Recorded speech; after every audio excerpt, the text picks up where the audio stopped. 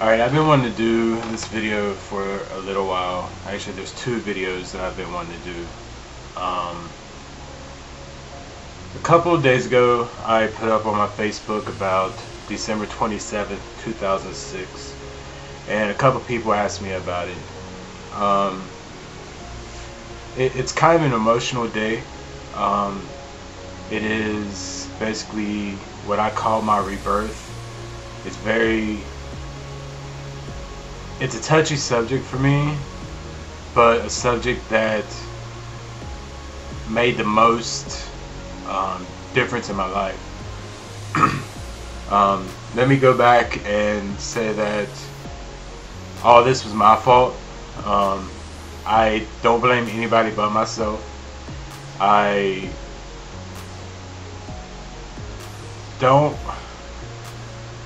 want people to feel sorry. I embrace this and I take it and apply it to my future.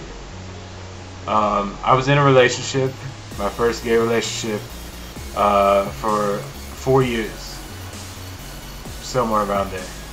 I was beaten, I was verbally abused, and because I had gotten thrown out of my house from my parents when they found out that I was gay, I felt like I didn't really have anywhere to go. So I stuck around. Long story short, I ended up getting the guy thrown in jail, which is fine by me because the things that he did was disgusting. But anyway, and I met this other guy. This guy had the looks, had the charm, had all that, ex-stripper, all that nice stuff. Moved him in and started a relationship with him. Later on down the road, he told me about his uncle up in Maryland who needed a place to go, basically, and I thought it as a way to get my rent bill down, you know, having somebody else in the house. We went up to Maryland. That's when everything kind of started. His uncle was on heroin and crack and cocaine and who knows what else. While I was up there, I knew that my boyfriend at the time had an issue with heroin, and it would be kind of a touchy subject. Once we got up there, it would be something that could possibly, restart it, but I didn't think it would be this bad. His uncle was rich, as in he had a lot of money at the time. I don't know if it was like for a long period of time, but he had a lot of money. My boyfriend at the time ended up getting back on heroin while we were up there, and he asked me if I wanted to try it, just because I was around all the time and it was kind of awkward.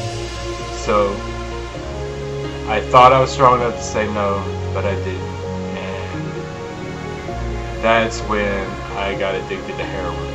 I don't remember most of the stuff that happened while I was up there. I remember a lot of times passing out from the heroin. I was doing heroin and crack at the same time, which is a major no. One night I was at a hotel, and be reminded, whenever we did these, it was free, so nothing really came out of my pocket. We were at the hotel one night, and we were doing it, and I was doing both, and I felt my body shutting down. I felt my breathing was getting shallow, but my heartbeat was racing. So I stripped down and got out on the balcony. Be reminded that it's cold up north. So I stripped down, lay down on the balcony with a blanket, not a blanket, but like a towel over me. and got my body to calm down somewhat. I felt like I was about to die. Then I got up and started it again. We ended up leaving Maryland to come back down. I had decided to do some things to get money, did some things illegally to get money, and it caught up with me. I ended up getting arrested,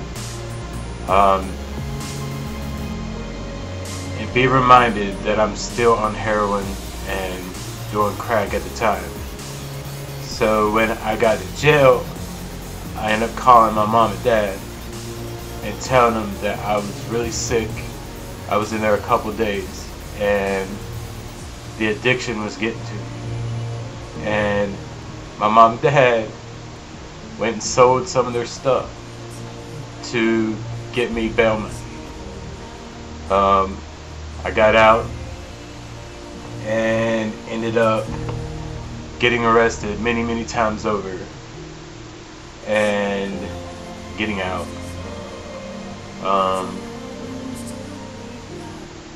I ran from my probation officer. I ran from the police, and I knew with Christmas coming up I didn't want to spend Christmas in jail. So I decided that I was going to turn myself in. And I turned myself in December 27, 2006, which started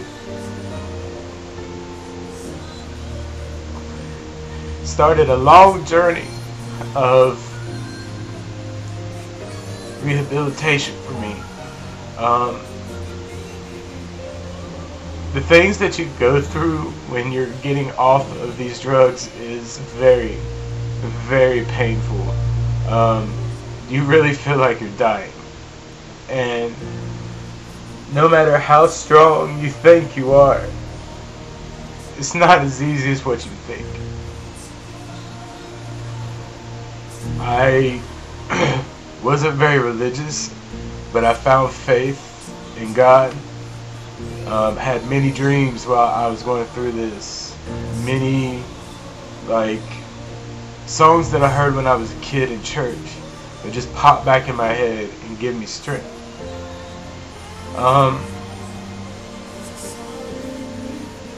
Long story short, it is now December 30th, 2011.